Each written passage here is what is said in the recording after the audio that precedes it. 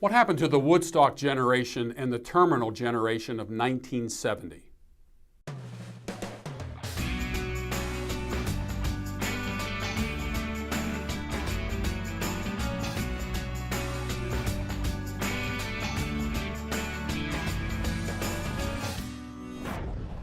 One of my interests is tracing the consequences of ideas, of movements.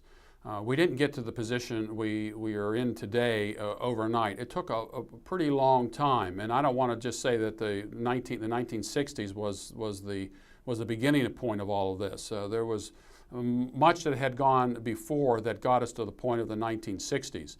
And those of you who are quite young understand that the 1960s was in fact a turning point in history. Probably the end of the 1950s was the arrival of the Beatles in the early part of the 1960s and the assassination of JFK in 1963. It really opened up the floodgates to what was under the surface for quite some time. The 1960s, of course, there were changes in sexual attitudes as well as drugs and in politics. I mean, there were literally riots in the streets.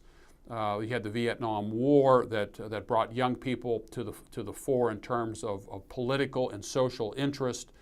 And you had the Richard Nixon administration. He was savaged in the press, really did not follow a conservative line. After the disastrous presidency of Lyndon Johnson, you had the Great Society policies during the Johnson administration.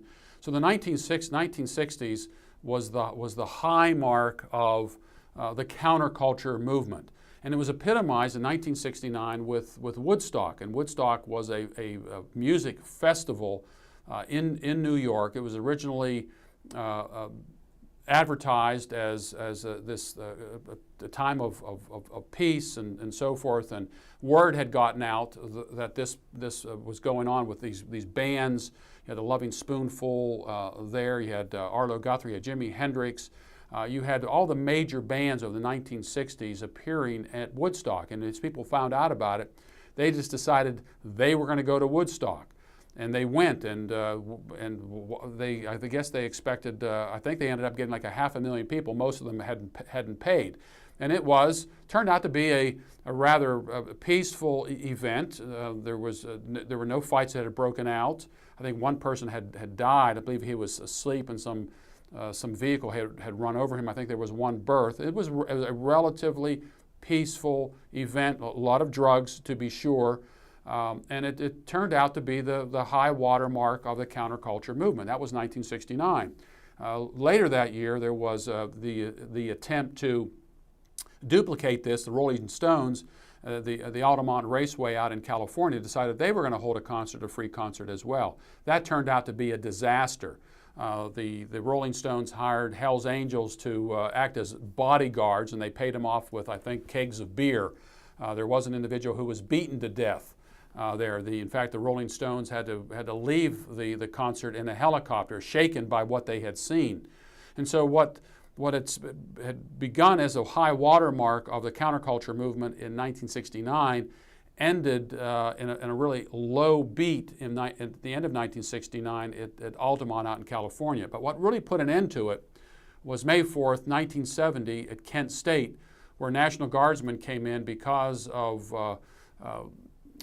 war protesting, because of the Vietnam War, and the students and outsiders had come in and had thrown stones at the National Guardsmen, and 4 people were killed. It was immortalized in song by Crosby, Stills, and Nash. I don't know if Young was involved in that. He may have been Crosby, Stills, Nash, and Young. 4 dead in Ohio. Tin soldiers and Nixon coming was one of the refrains in that. And that seemed to put an end to the counterculture. Everything stopped. The riots on the campuses, the demonstrations on the campuses. Just for a little bit after that, with some of the other things that were going on in Vietnam, things had pretty much come to an end by 1972, 1973.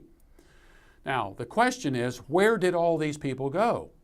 Where did these revolutionaries from the 1960s go off to? And to be honest, they ended up as professors. They became politicians, they became lawyers, they became judges, they became businessmen. They went underground, and as they went underground, they emerged with suits and ties. And the Woodstock generation, we're beginning to see, we've been seeing the effect of that for quite some time. They followed Antonio Gramsci's adage to make a long march through the institutions.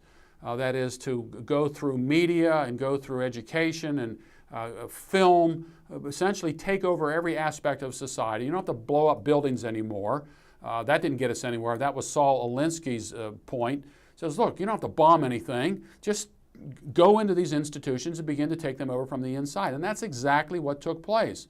And we're suffering the consequences of this 40 years later, from 1970 to 2010, a generation.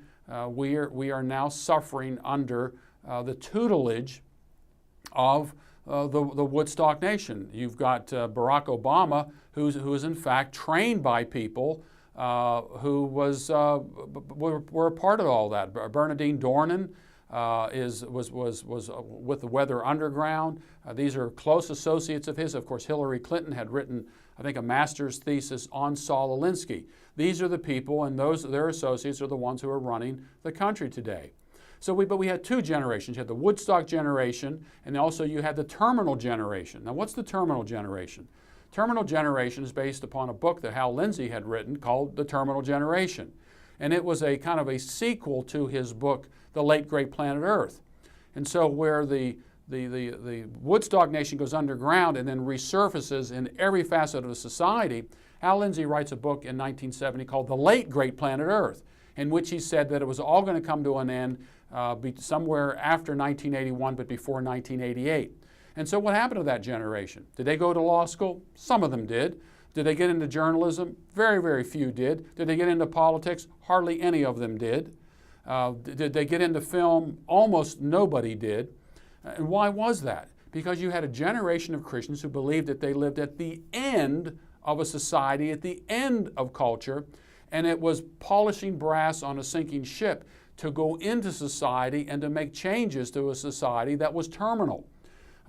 It was all going to come to an end before the year 2000. Hal Lindsey had made that statement in Late Great Planet Earth. He said it would all end before 1988. He said Israel had become a nation again in 1948. A generation in the Bible was 40 years, Matthew chapter 24:34. This generation will not pass away until all these things take place. 40 plus 48 is 1988. It was all supposed to come to an end by 1988. We were just kind of getting out of that when you had the Tim LaHaye series, 1995, Left Behind, which reinvigorated this idea that we're living in the end times, and the arguments related to all of that. So these two types of generations, the Woodstock generation that went underground, that took over society from the inside out. Now we are living under their tutelage and tyranny.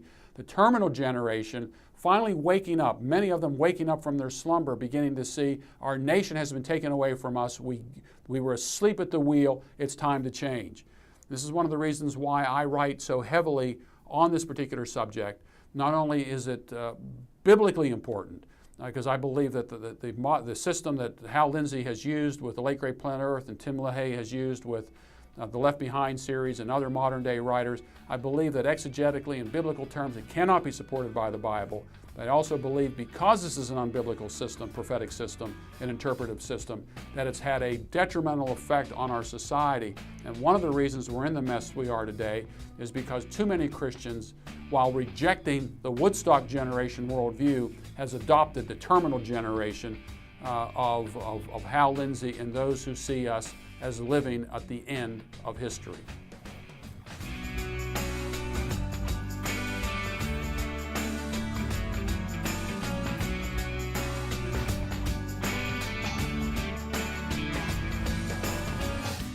For more related to this topic, check out 10 Popular Prophecy Myths Exposed by Gary DeMar. You will find it at AmericanVision.com.